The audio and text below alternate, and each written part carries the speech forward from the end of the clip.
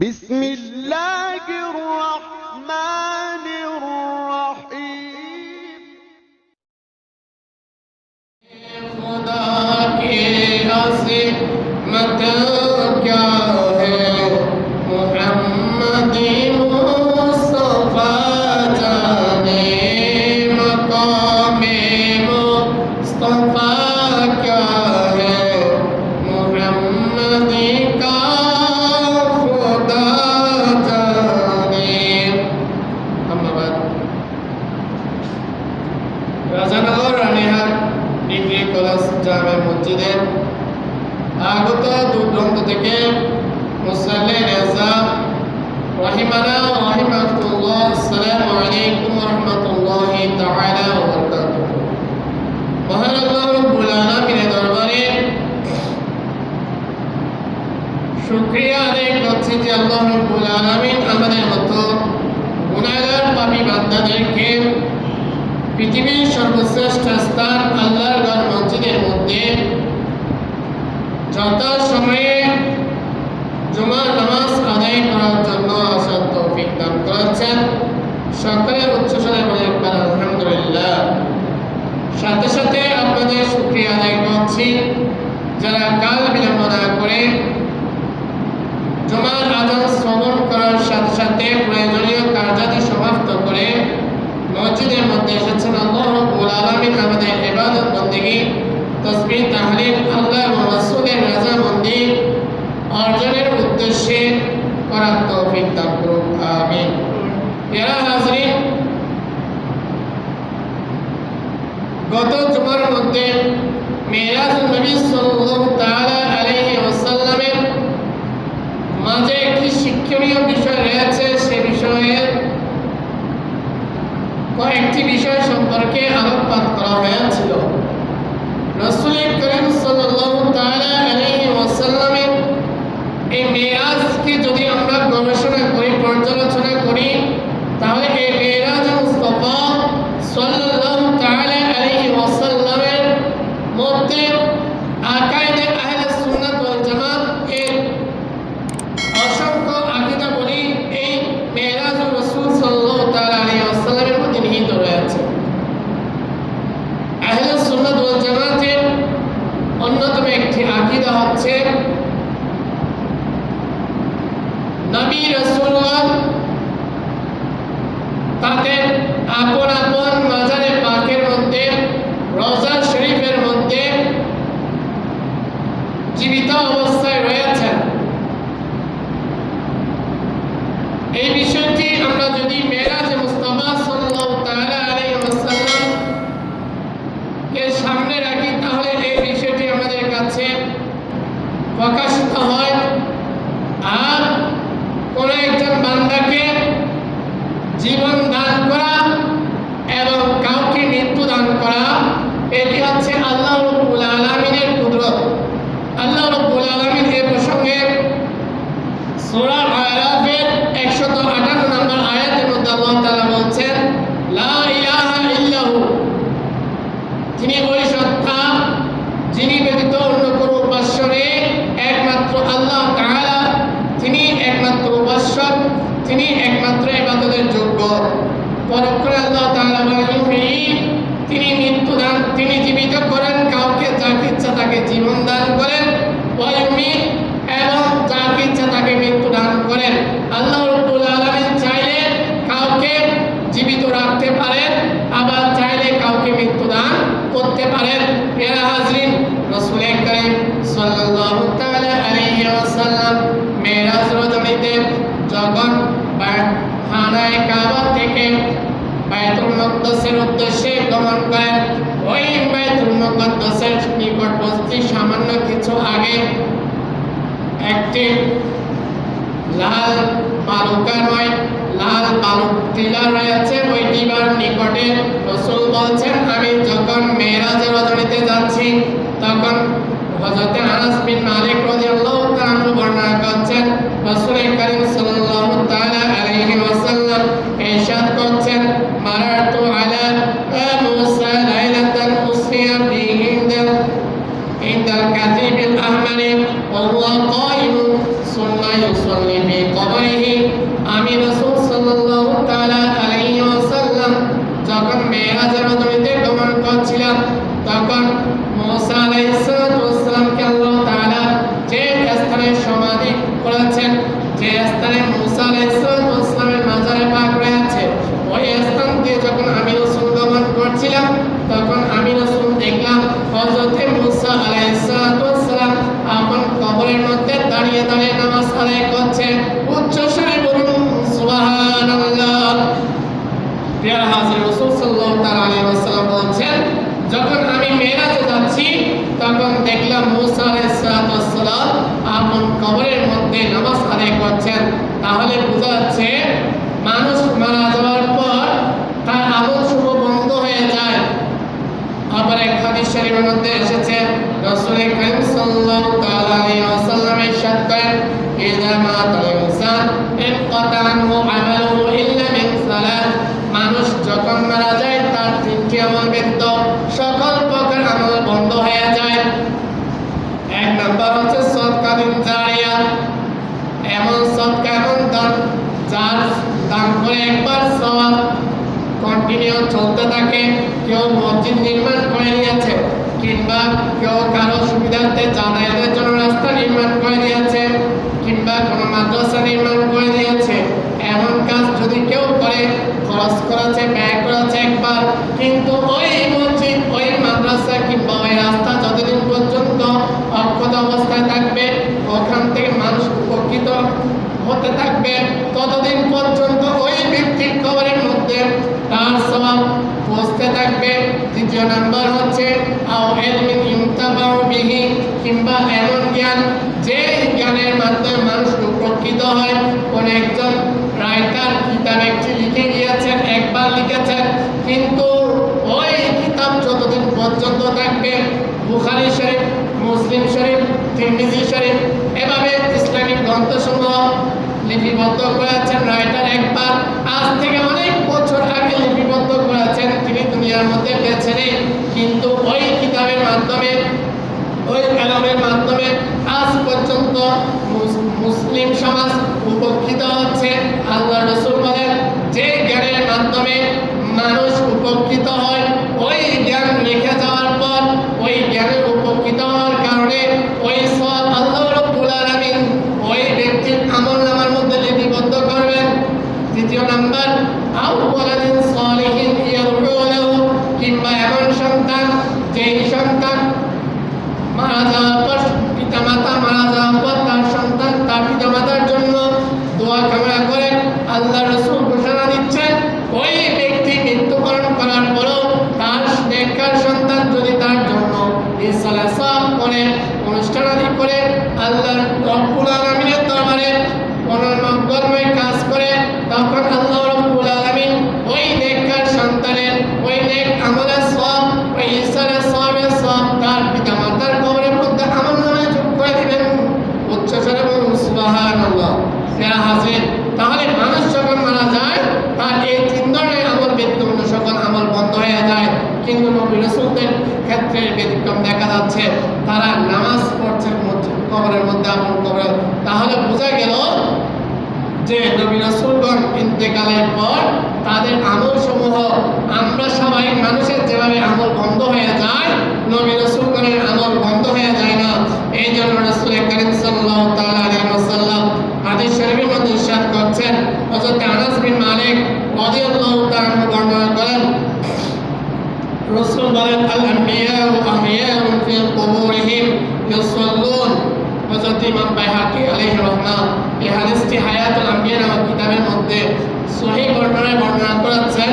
রাসূল বলেছেন, আল আম্বিয়াউ আহইয়াউ, নবীগণ আপন আপন মাজারে পাকের মধ্যে, আপন আপন রওজা শরীফের মধ্যে জীবিত রয়েছেন।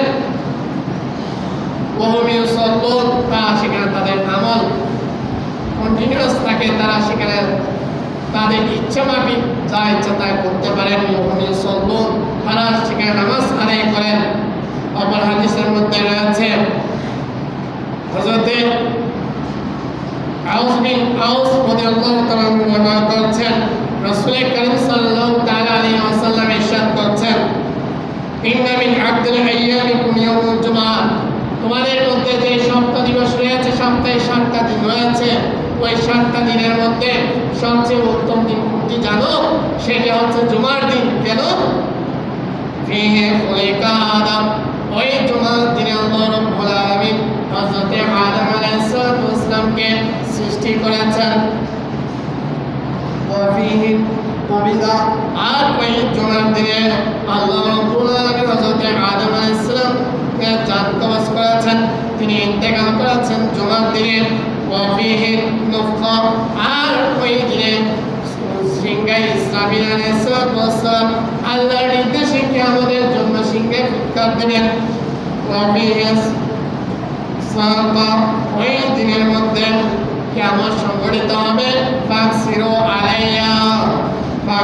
আলাইয়া মিনাস সালাত, হে আমার সাহাবায়ে কেরাম, তোমরা বেশি বেশি করে জুমার দিবসে আমি রাসূলের উপর তোমরা বেশি বেশি করে দরুদ শরীফ প্রেরণ করো। আমি রাসূলের উপর জুমার দিন বেশি বেশি করে দরুদ পড়তে থাকো। তখন এক ব্যক্তি জিজ্ঞেস করল, রাসূল বলেন, ফাইন্না সালাতাকুম মারুদাতুন আলাইয়া, কেননা তোমরা পৃথিবীর যে প্রান্ত থেকে আমি রাসূলের উপর দরুদ শরীফ প্রেরণ করো না কেন, আমি রাসূলের নিকট ওই দরুদ শরীফ পৌঁছে যায়। উচ্চস্বরে বলুন সুবহানাল্লাহ। তখন উপস্থিত একজন লোক জিজ্ঞেস করলো, ইয়া রাসূলুল্লাহ, আপনার নিকট আমাদের দরুদের সালামের এই বার্তা, আমরা যে আপনার উপর দরুদ শরীফ প্রেরণ করব, আমরা যদি আপনার উপর দরুদ সালাম করে থাকি, সেটি আপনার কাছে কিভাবে পৌঁছবে? তখন তো আপনি আমাদের থেকে থাকবেন না, আমাদের থেকে বিদায় নিয়ে যাবেন। আর স্বাভাবিকভাবে মানুষ মৃত্যুবরণ করলে মানুষ এর অস্তিত্ব পাওয়া যায় না, সেটাই স্বাভাবিক। ইয়া রাসূলুল্লাহ, আমাদের বুঝে আসছে না আপনার কাছে কিভাবে আমাদের দরুদ সালামগুলো পৌঁছে যাবে। রাসূল নবুয়তের জীবন জবানে ঘোষণা দিচ্ছেন, ফাকাল ইন্নাল্লাহা হারামা আলাল আরদ আজসাদাল আম্বিয়া। রাসূল নবুয়তের জীবনে ঘোষণা দিচ্ছেন, হে আমার সাহাবায়ে কেরাম, তোমরা শুনে রাখো, তোমরা মনে করছ মানুষ যেভাবে মৃত্যুর পর বিলীন হয়ে যায়, সেভাবে নবী রাসূলগণ বিলীন হয়ে যাবেন কিনা? হে আমার সাহাবায়ে কেরাম, তোমরা জেনে রাখো, ইন্নাল্লাহা, নিশ্চয় আল্লাহ রাব্বুল আলামিন হারামা আলাল আরদ, জমিনের উপর হারাম করে দিয়েছেন, জমিনের উপর হারাম করে দিয়েছেন আজসাদাল আম্বিয়া, আয়াতাকুলা আজসাদাল আম্বিয়া, নবী রাসূলগণের জিসিম মুবারককে ভক্ষণ করা, এটা আল্লাহ রাব্বুল আলামিন জমিনের উপর হারাম করে দিয়েছেন। আর তার নবী রাসূলগণকে যেভাবে দাফন করা হয়, সেভাবে তারা আপন আপন কবর শরীফের মধ্যে অক্ষত থাকে, তারা কবর শরীফের মধ্যে জীবিত রয়েছেন।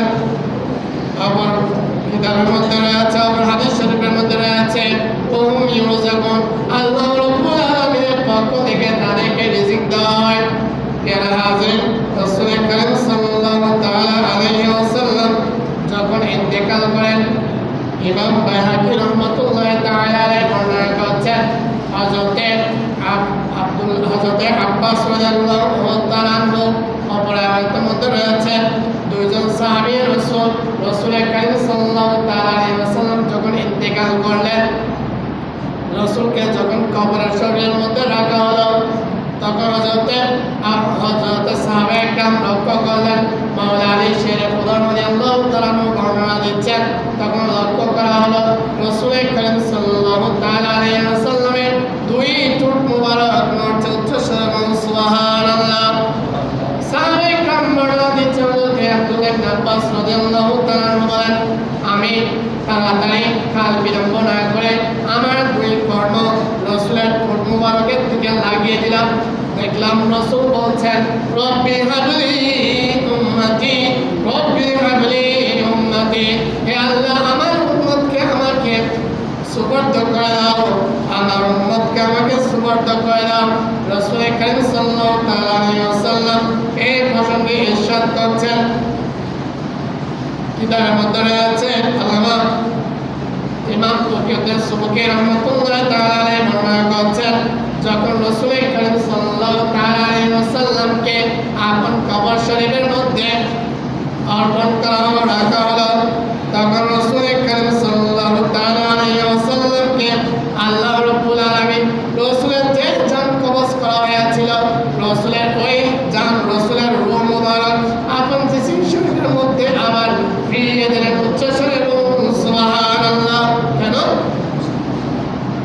হাদিস শরীফের মধ্যে বর্ণনা রয়েছে রাসূল করিম সাল্লাল্লাহু তাআলা আলাইহি ওয়াসাল্লামকে রাসূলের কবর শরীফের মধ্যে রাসূলকে রাখার সাথে সাথে আল্লাহ রাব্বুল আলামিন তার জান মুবারক তার রূহ মুবারক আল্লাহ তাআলা রাসূল করিম সাল্লাল্লাহু তাআলা আলাইহি ওয়াসাল্লামকে অর্পণ করলেন যেন রাসূল করিম সাল্লাল্লাহু তাআলা আলাইহি ওয়াসাল্লামকে কেউ যদি রাসূলের উম্মতের মধ্যে থেকে কেউ যদি রাসূল করিম সাল্লাল্লাহু তাআলা আলাইহি ওয়াসাল্লামকে বলে থাকে আসসালাতু ওয়াসসালামু আলাইকা সাইয়্যিদি ইয়া রাসূলুল্লাহ আসসালাতু ওয়াসসালামু আলাইকা সাইয়্যিদি ইয়া হাবিবাল্লাহ বলে যদি কেউ মক্কার মুআজ্জামা থেকে কেউ ভারতবর্ষ থেকে কেউ আমেরিকা থেকে বিশ্বের বিভিন্ন প্রান্ত থেকে যে যেখান থেকে রাসূলকে দরুদ ও সালাম প্রেরণ করুক না কেন যেন রাসূল করিম সাল্লাল্লাহু তাআলা আলাইহি ওয়াসাল্লাম সাথে সাথে ওই উম্মতের সালামের জবাব দিতে পারেন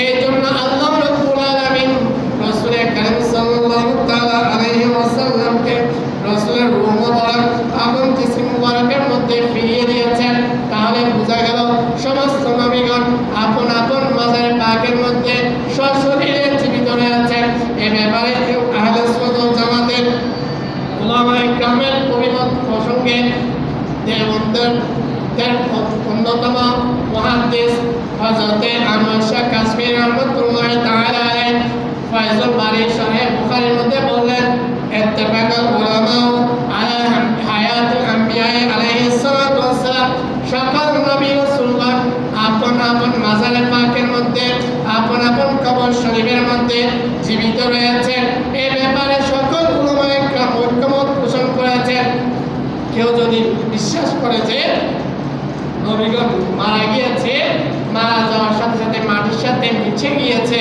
তাহলে তার ঈমান থাকবে না বিশ্বাস স্থাপন করতে হবে নবী রাসূলগণকে আল্লাহ রাব্বুল আলামিন কবর শরীফের মধ্যে তাদেরকে তাদের হায়াত ফিরিয়ে দিয়েছেন তারা জীবদ্দশায় যেভাবে ছিলেন তারা কবর শরীফের মধ্যে আপন আপন মাজারে পাকের মধ্যে এভাবে তারা জীবিত রয়েছেন মুল্লা আলী কারি রাহমাতুল্লাহি তাআলা আলাইহি হাদিস শরীফের ব্যাখ্যা করতে গিয়ে মেরকাত গ্রন্থের মধ্যে বলছেন লা ফারকা লাহুম ফি হালাতাইন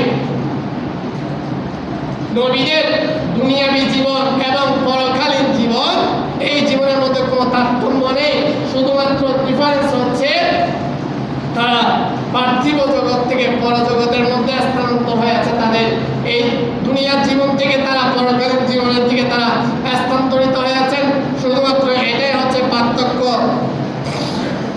তারা আপন আপন কবর শরীফের মধ্যে জীবিত রয়ে আছেন এই জন্য মেরাজের রজনীতে দেখা গিয়েছে হযরত রাসূল করিম সাল্লাল্লাহু তাআলা আলাইহি ওয়াসাল্লাম যখন মুসা আলাইহিস সালামের কবরের পাশ দিয়ে যাচ্ছিলেন বর্ণনা করছেন রাসূল বললেন যে আমি দেখলাম হযরত মুসা আলাইহিস সালাম আপন কবর শরীফের মধ্যে নামাজরত রয়েছে আর বসে বসে নয় দাঁড়িয়ে দাঁড়িয়ে নামাজ পড়ছেন তাহলে বোঝা গেল নবী রাসূলগণ এবং আমরা সাধারণ মানুষের মধ্যে মিল নেই আমরা এবং আমি এবং নবীর মধ্যে অনেক ব্যবধান রয়েছে অনেকে বলে থাকে নবীগণ আমাদের মতো মানুষ এরকম যদি কেউ বলে নবী আমরা যেভাবে সাধারণ মানুষ আমাদের মধ্যে এবং নবীদের মধ্যে কোনো ব্যবধান নেই যদি এমনটা কেউ বদ্ধমূল করে রাখে তাহলে তার ঈমান সেখানে চলে গিয়েছে বিশ্বের স্থাপন করতে হবে নবীগণ এবং মানুষের মাঝে কোনো মিল নেই কোনো তুলনা হতে পারে না এই জন্য রাসূল করিম সাল্লাল্লাহু তাআলা আলাইহি ওয়াসাল্লাম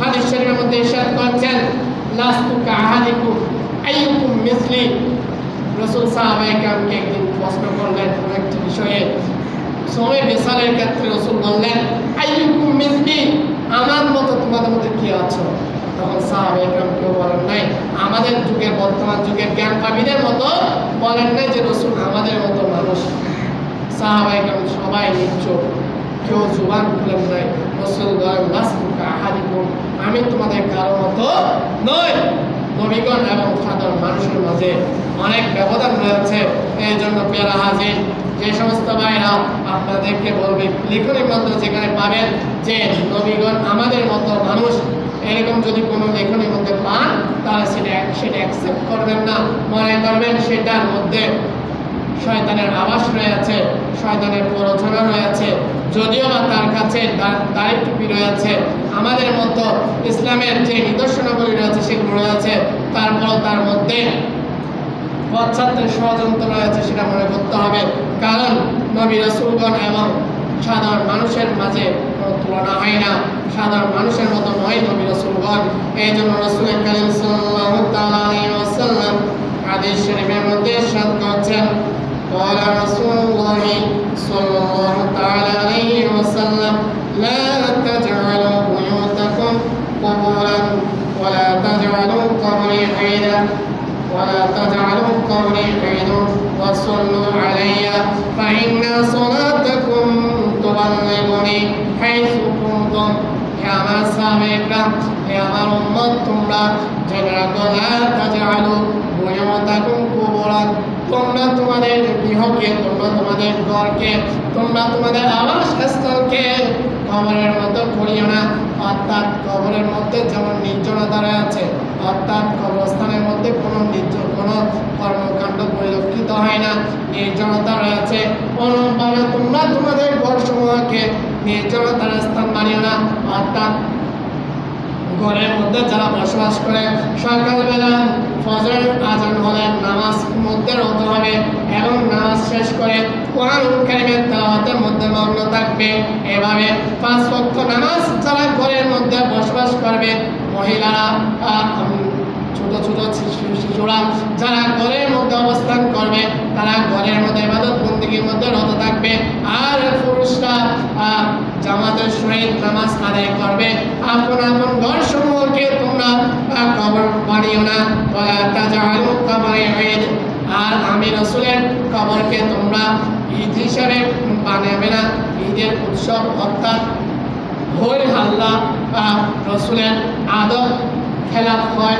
এই ধরনের আচরণ দিয়ে ওই রাসূলের স্থানকে, রওজা শরীফকে এই ধরনের বানাতে রাসূল সাল্লাল্লাহু আলাইহি ওয়াসাল্লাম নিষেধ করছেন। ওয়াসাল্লু আলাইয়া, এবং তোমরা আমি রাসূলের উপর যখনই সুযোগ পাও, যখনই সময় পাও, আমি রাসূলের উপর দরুদ ও সালাম প্রেরণ করো। ফাইন্না সালাতাকুম, কেননা তোমাদের সালাম, তোমাদের দরুদ শরীফ আমি রাসূলের নিকট পৌঁছে দেওয়া হয়। আমি রাসূলের নিকট পৌঁছে আমি রাসূল তোমাদের ওই সালামের জবাব দিয়ে থাকি। হাইসু কুনতুম, তোমরা যেখানে থাকো না কেন, তোমাদের দূরত্ব যেখানেই হোক না কেন, যতটুকু দূরত্ব থেকে তোমরা পৃথিবীর যে প্রান্ত থেকে আমি রাসূলের উপর তোমরা দরুদ শরীফ প্রেরণ করো না কেন, আমি রাসূলের নিকট তোমাদের ওই দরুদ পৌঁছে এবং আমি রাসূল তোমাদের ওই দরুদের, তোমাদের ওই সালামের আমি রাসূল জবাব দিয়ে থাকি। হাদিস শরীফের মধ্যে রয়েছে আল্লাহ রাব্বুল আলামিন নির্দিষ্ট কিছু ফেরেশতা রয়েছেন, যে সমস্ত ফেরেশতাদের অন্য কোনো দায়িত্ব নেই, তাদের একমাত্র দায়িত্ব হচ্ছে পৃথিবীর যে স্থান থেকে, যে জায়গা থেকে রাসূল কারীম সাল্লাল্লাহু তাআলা আলাইহি ওয়াসাল্লামের নিকট দরুদ ও সালাম প্রেরণ করা হোক না কেন, ওই ফেরেশতারা ওই ব্যক্তি, ওই উম্মতে মুহাম্মাদী দরুদ ও সালামগুলো নিয়ে গিয়ে রাসূল কারীম সাল্লাল্লাহু তাআলা আলাইহি ওয়াসাল্লামের রওজা আকদাসের মধ্যে সোনার মদিনায় পৌঁছে দেন। আর রাসূল কারীম সাল্লাল্লাহু তাআলা আলাইহি ওয়াসাল্লাম ওই উম্মতের দরুদ ও সালামের জবাব দেন। এই জন্য বারাকাতুল ফালাহর মধ্যে উলামায়ে কেরাম বর্ণনা করছেন, রাসূল কারীম সাল্লাল্লাহু তাআলা আলাইহি ওয়াসাল্লাম এবং অন্যান্য আম্বিয়া কেরামের কবরের জীবন এবং দুনিয়ার জীবনের মধ্যে কোনো তফাৎ নেই। তারা দুনিয়াতে যেভাবে তারা জীবিত ছিলেন, তারা আপন আপন কবর শরীফের মধ্যে সেভাবে জীবিত রয়েছে, বরং তারা যেভাবে দুনিয়ার মধ্যে যেভাবে স্বাদ আস্বাদন করেছেন, তারা কবর শরীফের মধ্যেও সেভাবে স্বাদ আস্বাদন করেন।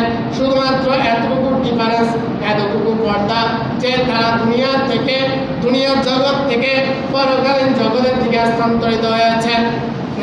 তাহলে আমরা বুঝতে পারলাম নবী রাসূলগণ আপন আপন মাজার শরীফের মধ্যে, আপন আপন রওজা শরীফের মধ্যে জীবিত রয়েছেন।